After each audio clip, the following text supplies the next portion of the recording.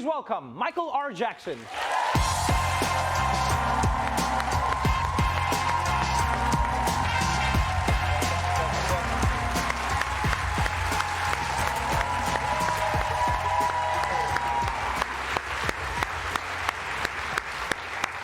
Welcome to the show, Mr. Michael R. Jackson. Thank you for having me. Before we get into the show that you have created that is getting everybody buzzing, let's talk about the name.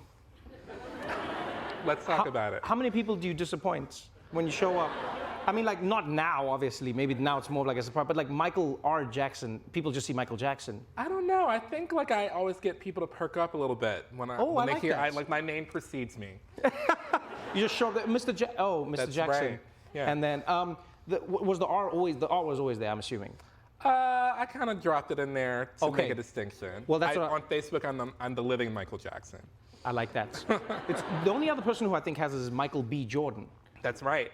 Right. He interned at all my children. I interned at all my children when he was like a kid working there. It's really weird. There's a connection. There is. Look at it. All the famous names, people going on to create their own famous things, and that's exactly what you've done. A Strange Loop. Congratulations, 11 Tony Award nominations. Thank you.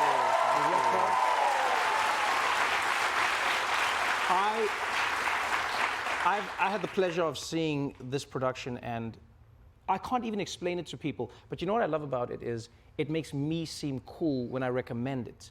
You know? No, because you know, in this world, there's not many things you can recommend to people that'll have them leaving feeling like you're so cool because you told them to go. Everyone I tell to see this goes and sees it, and then they're like, Trevor, oh, thank you. So I'm like, yeah, that's what I do. Did you know when you finished creating this show, did you know that it was going to be the hit that it is? Not even close. Like, it was like not on my vision board even a little bit. So it was really exciting. But you took 20 years to write it. Yeah, almost. Yeah. That's wild. George R. R. Martin would be like, yeah, I know what that's like. That's like a. I would love to know that, like, where this idea came from, because I don't want to give anything away for the audience, because part of the joy of this show is that you won't really know what it's about, and you'll just be in a story. But what we can tell people is it is a story of a gay black man who is in the world of theater, and he's in the world of being black and in the world of being gay, but it comments on, and every gay, black, fat, yes, and you talk about that in the show. Yeah. One of the funniest shows I've ever seen, one of the most poignant shows I've ever seen, people crying, people laughing. Like, that, I see why it took 20 years. Yeah. It just started off, you know, I was about 23 years old, I'm 41 now, and I had just graduated from undergrad playwriting at NYU. I didn't know what I was going to do with a BFA degree. I was living in this old lady's bungalow-style house in the middle of nowhere, Jamaica, Queens, which if you live in New York, that's like all the way to the end of the E or the F train, and then you take a bus that's like 10 minutes to get to the house.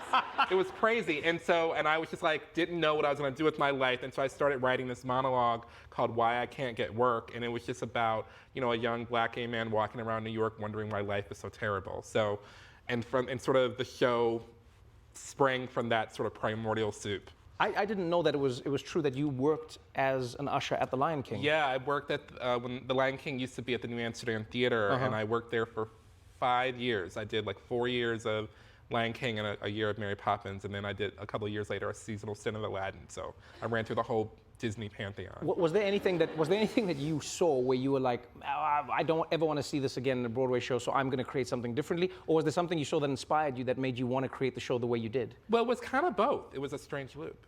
Ooh. Ooh, I like what you did there. Okay. Yeah, like, you know, you're standing in the back of the theater, you're ringing the bells, you're watching the audience night after night after night, show after show. You get a little bored. But luckily, you know, I was there with my thoughts and just sort of thinking through the show. We used to have to stuff the playbills, and sometimes I would write little ideas that would go into the show on the back of the inserts for like today, this understudy is in or whatever, and I would collect them and they would be in all my pockets when I got home. But so it was wild. But I never expected that anything would come of it, but I just was doing it to sort of keep myself sane.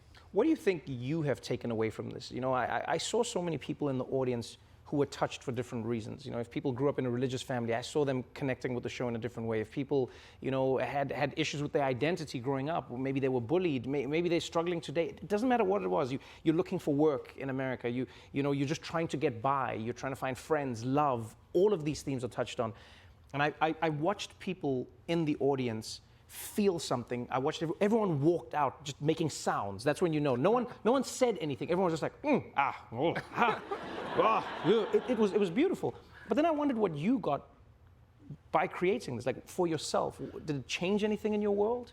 I mean, I guess for me, the best part of the show has been actually talking to people after, when it lets out. Because what I've been finding is that for some people, the show is a mirror, and for other people, the show is a window.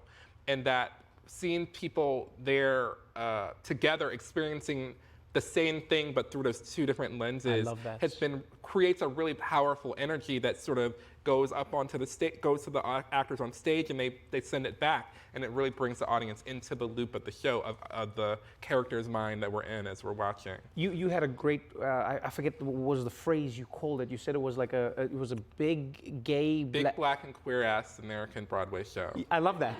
Yeah. I love that. You know what I loved about that? Yeah, it was what you just said. I've seen some shows where, if an audience is, let's say, from New York, they really get the show. If they're not from New York, maybe they don't enjoy it as much. Or if the audience is black, maybe they get it more or less.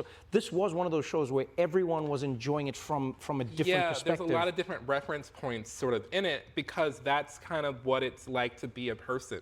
You're made up of all of your reference points, your history, your different memories, everything. And so the main character, Usher, that's his name, he loves a lot of different things, and he hates a lot of different things. And so my sort of hope was, by exposing the audience to that, everybody can sort of meet Usher and the show wherever they are, and they can take from it what they need to, and that the show is sort of promoting a spirit of inclusion for anybody who decides to come in and stick it out.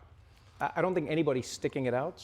I will tell you now. No, genuinely. Well, no, there's some difficult moments for some people. But you know what? I think that's what made it so amazing. Is it's not difficult for the sake of being difficult. It's difficult in like a life way. It's not gratuitous. It's not at all. And I've seen shows where audiences go, I'm uncomfortable. Right. But here it was people experiencing the discomfort that somebody else may be living through. Yeah, and because that's what the character and I am trying to do, is we're trying to get the audience to feel what it's like to walk in this skin that they may not be, either that they don't feel familiar with, or that they feel familiar with but feel unseen, unheard, or misunderstood.